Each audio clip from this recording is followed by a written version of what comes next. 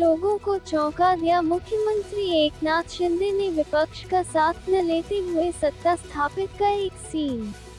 ठाणे दिवंगत शिवसेना नेता आनंद दिघी के जीवन पर आधारित फिल्म धर्मवीर ने कुछ लोगों को चौंका दिया। कुछ लोग फिल्म देखकर तुरंत उठ गए, जबकि कुछ लोगों को फिल्म के कुछ दृश्य पसंद नहीं आए। मुख्यमंत्री एकनाथ शिंदे ने आरोप लगाया है, बिना कुछ कहे विरोधी शिंदे ने ये भी कहा कि हमारा अधिकार है और हम यह नहीं सुनना चाहते कि कौन क्या कहता है। व्याख्या की धर्मवीर भाग 2 संपन्न हुआ। मुख्य अतिथि के रूप में मुख्यमंत्री एकनाथ शिंदे, निर्देशक प्रवीण तारडे, अभिनेता प्रसाद ओक, निर्माता मंगेश देसाई आदि उपस्थित थे। अपने भाषण में मुख्यमंत्री ने विपक्ष की आलोचना की। शुरू में इस सरकार के गिरने की भविष्यवाणी की, फिर अब मुख्यमंत्री बदलने की बात करने लगे। भविष्य बताने वाले भी अब थक गए हैं, लेकिन मुख्यमंत्री ने कहा कि बाला साहेब और दिघी का आशीर्वाद मेरे पीछे है। कुछ लोग ये घोषणा कर रहे थे कि मंदिर तारीख नहीं बल्कि तारीख पर बनेगा। हालांकि नरेंद्र मोदी ने मंदिर का निर्माण भी दिखाया और इसके उद्घाटन की तारीख की भी घोषणा की। इसलिए उन्होंने सभी से अयोध्या जाने की अपील की। धर्मवीर फिल्म की बात करें तो इस धर्मवीर फिल्म ने कुछ लोगों को चौंका दिया, जबकि कुछ ने पहला एपिसोड देखा तो कुछ ने बीच में ही छोड़ दिया। उस फिल्म के कुछ सीन, कुछ डायलॉग कुछ लोगों को पसंद नहीं आए, लेकिन अब हमारे पास सारा अधिकार है। उन्होंने कहा कि यह किसी का काम नहीं है कि कौन क्या कहेगा। आत्मा आनंद उन्होंने उनके पूरे जीवन को दुनिया के सामने लाने के लिए टीम को बधाई भी दी। फिल्म के पहले पार्ट को जबरदस्त रिस्पॉन्स मिला था। उन्होंने कहा कि धर्मवीर स्व आनंद दिघी ने समाज के सभी वर्गों का कल्याण किया। वे सभी के लिए गरीबों के लिए उन्होंने अपना जीवन बलिदान कर दिया। उन्होंने कहा कि दिघी साहब की कार्य पद्धति सार्वभौमिकता की भावना को ध्यान में रखते हुए समाज के हर जरूरतमंद व्यक्ति को न्याय दिलाना था। उन्होंने कहा कि हम भी इसका पालन कर रहे हैं। प्रवीण तारडे को भी कुछ सीन पसंद आएंगे यह नहीं था। मुख्यमंत्री एकनाथ शिंदे ने ये भी खुलासा किया कि खुद धर्मवीर फिल्म के निर्देशक प्रवीण तारडे को भी फिल्म के कुछ सीन पसंद नहीं आए। धर्मवीर पार्ट 2 हिंदी में भी आएगा।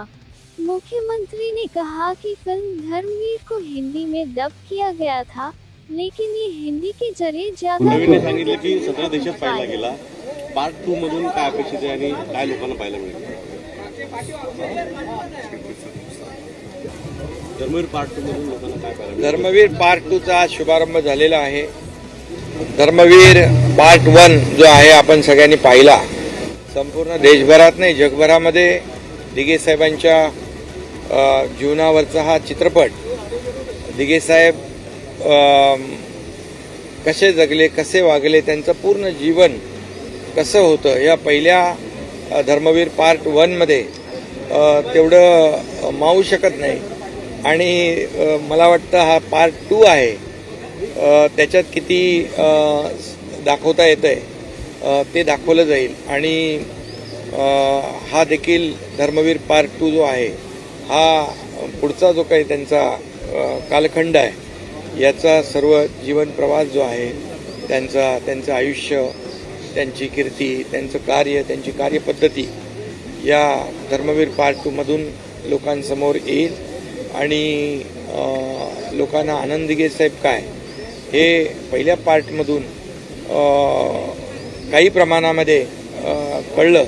आता या दुसऱ्या पार्टमधून आणखी पुढचा भाग त्यांना काही जण उठून गेले पहिल्या पार्टमध्ये, कसं बघतात आता दुसऱ्या पार्टमध्ये? दुसरा पार्ट जो आहे तो अतिशय म्हणजे जी वस्तुस्थिती आहे, वस्तुनिष्ठ आहे ते त्याच्यामध्ये दाखवलं जाईल आणि त्याच्यामध्ये कुठलाही भाग कमी करण्याचा प्रश्न निर्माण होणार नाही अशा प्रकारचा दुसरा पार्ट होईल। पहिल्या पार्टमध्ये गद्दारांना शमना ही टॅगलाईन होती, आताच्या याच्यामध्ये साहेबांचं हिंदुत्व ही टॅगलाईन आहे। हा बरोबर आहे. म्हणजे ज्यांनी हिंदुत्वाशी बाळासाहेबांची विचारांशी विश्वासघात केला, बाळासाहेबांच्या विचारांची बेईमानी केली, गद्दारी केली आणि सत्तेसाठी खुर्चीसाठी जे काही 2019मध्ये झालं हे संपूर्ण राज्याने देशाने पाहिलेलं आहे.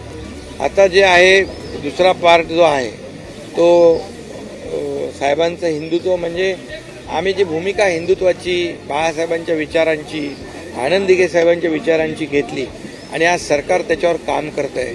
छत्रपती शिवाजी महाराजांचा आदर्श डोळ्यासमोर ठेवून सरकार सर्वसामान्यांचं सरकार आहे, सर्वसामान्यांना न्याय देणारं सरकार आहे, सर्व घटकांच्या आयुष्यामध्ये चांगले दिवस आणण्याचा प्रयत्न करणारं सरकार काम करतं आहे. आणि हिंदुत्वाची भूमिका घेत असताना दिघे साहेब असतील, बाळासाहेब असतील, ते इतर समाजाचा कधी त्यांनी दुस्वास केला नाही, इतर समाजाचा द्वेष केला नाही, त्यांनाही सन्मानाने वागवलं आणि त्यांनाही अडचणीमध्ये मदत केली. सर्व धर्मीयांना, सर्व जातीपातीच्या लोकांना आनंद दिघे साहेब आपलेसे वाटायचे. अशा प्रकारचं ते त्यांचं जे काही काम आहे ते या सिनेमामधून दाखवतील. त्याच्यामधून काही जे काही प्रसंग आहे ते समोर येतील. ही भूमिका म्हणजे त्यांचं जे काही हिंदुत्व जे आहे, मगाशी म्हटल्याप्रमाणे भूमिका हिंदुत्वाची असली तरी सुद्धा इतर धर्मियांचा द्वेष करणं, इतर धर्मियांचा दुस्वास करणं, इतर धर्मियांना कमी लेखणं हे कधीच त्यांनी केलं नाही. देशभक्त, राष्ट्रभक्त जो कोणी आहे, मग तो हिंदू असेल, मुसलमान असेल, शीख असेल, ईसाई असेल, याच्याबद्दल फार आपुलकी आणि जिव्हाळा आनंद दिघे साहेबांनी होता आणि बाळासाहेबांनी होता. सर, अवकाळी पावसाच्या संदर्भात अवकाळी पावसाच्या बाबतीमध्ये जे काही गारपीट आणि अवकाळी पाऊस झालेला आहे त्यामध्ये नाशिक आहे, नगर आहे, उत्तर महाराष्ट्र आहे, या सगळीकडेच ज्या जिल्ह्यांमध्ये गारपीट झालेली आहे सकाळीच सूचना दिलेल्या आहेत. ज्या ज्या ठिकाणी गारपीट झाले, अवकाळी पडलेला आहे, त्या ठिकाणचे तातडीने पंचनामे करावे आणि शेतकऱ्यांना तातडीने मदत देण्याचे निर्देश दिलेले आहेत. हे सरकार शेतकऱ्यांचं आहे, बळीराजाचं आहे, कष्टकऱ्यांचं आहे, शेतकऱ्यांच्या पाठीशी राहणारं, उभं राहणारं सरकार आहे आणि म्हणून शेतकऱ्यांना वाऱ्यावर सोडलं जाणार नाही. त्या बाबतीमध्ये अंमलबजावनी करण्याच्या सूचना दिल्या. सवाल है, आपने गडचिरोली में वहाँ पे मंत्री रहते हुए, गार्जियन मिनिस्टर रहते हुए क्या कुछ काम किया था, उसके बारे में थोड़ा सा. पालक मंत्री मैं जब गडचिरोली में था तभी जब हमारे बाळासाहेब ठाकरे जी के और आनंद दिघे साहब के विचार थे, नौकरियाँ देना, नौकरी तो चाहिए लेकिन नौकरियाँ देने वाले भी हाथ तैयार करो. मतलब आज मैं एक मुझे समाधान है, खुशी भी है कि टाटा टेक्नोलॉजी हो उसने एक बहुत ही एडवांस स्किल डेवलपमेंट सेंटर शुरू किया है. सालाना 5000 युवाओं को वहाँ ट्रेनिंग मिलेगी, नौकरियाँ भी मिलेगी और उद्योग निर्माण करने वाले हाथ भी तैयार होंगे. ऐसी मेरी कोशिश थी, उसमें समाधान है, ये शुरुआत हुई है. कई और उद्योग जो है वहाँ पर शुरू किए हैं और वो जो नक्सल ग्रस्त इलाका है, वो आदिवासी इलाका है, उसको गढ़चिरोली को मेन स्ट्रीम में लाने के लिए अभी तो मैं मुख्यमंत्री हूँ. निश्चित रूप से लोगों के हाथ को काम, वहाँ उद्योग, वहाँ का विकास, डेवलपमेंट और ये नक्सलवाद को ख़त्म करने के लिए सिर्फ पुलिस की गोली नहीं तो डेवलपमेंट भी जरूरी है और वो डेवलपमेंट हो रहा है. एक सवाल ये है कि सर गढ़चिरोली में पिछले 15 दिनों में टारगेट किलिंग की जा रही है, इसको लेकर आप लोग क्या कर रहे हैं? टारगेट किलिंग की जा रही है, 15 दिनों में 3 लोगों को मारा गया है, पुलिस मुखबिर बताकर. टारगेट किलिंग एक तरह से देखिए, आज मैं कहूँगा हमारी जो C60 की टीम है ये इतनी एडवांस टीम है कि आज हमारे यहाँ पर महाराष्ट्र में गढ़चिरोली में रिक्रूटमेंट पूरी तरह बंद है. रिक्रूटमेंट मतलब उनकी जो नक्सल की, और जाके वो छत्तीसगढ़ के अबुझमाड़ एरिया में छुपते हैं और नक्सल पूरी तरह हमारी पुलिस ने ख़त्म कर दिया है.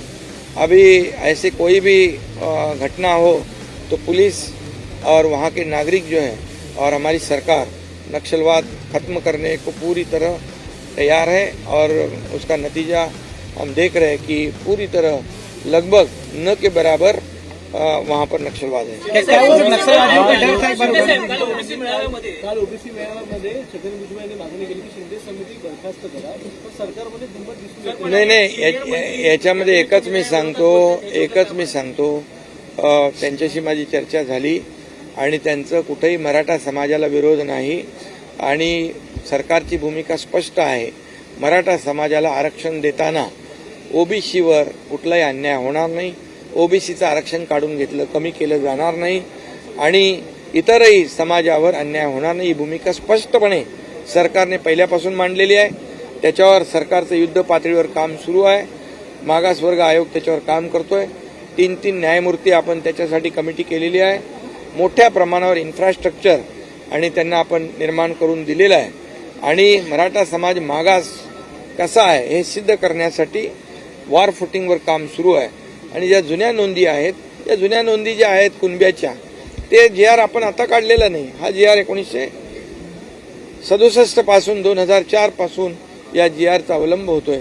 ज्या ठिकाणी त्या कुणबी नोंदी असताना दाखले मिळत नव्हते ते दाखले देण्याची प्रक्रिया सुरू केलेली आहे आणि भुजबळ साहेबांची एवढीच मागणी आहे की ओबीसीचं आरक्षण कमी होता कामा नये. तीच भूमिका सरकारची आहे, ती स्पष्टपणे आम्ही घेतलेली आहे आणि ती कायम आहे.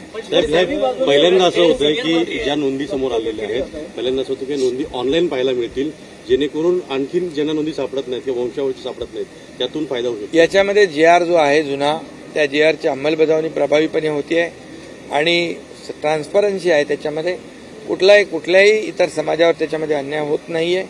जुन्या नोंदीप्रमाणे कुणबी दाखले देणे हे तर सरकारचा निर्णय पूर्वीचा आहे, फक्त तो अंमल होत नव्हता. त्यामुळे याच्यामध्ये कुणालाही विरोध असण्याचं कारण नाही आणि भुजबळ साहेबांना पण त्यांची भूमिका हीच आहे.